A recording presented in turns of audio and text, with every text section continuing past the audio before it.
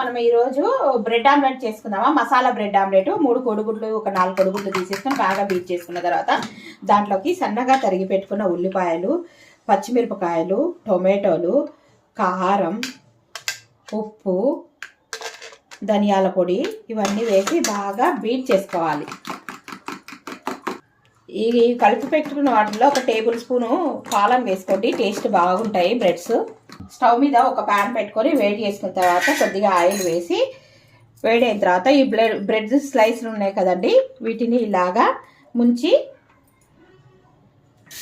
పెన్న మీద వేసి కాల్చుకుందాం.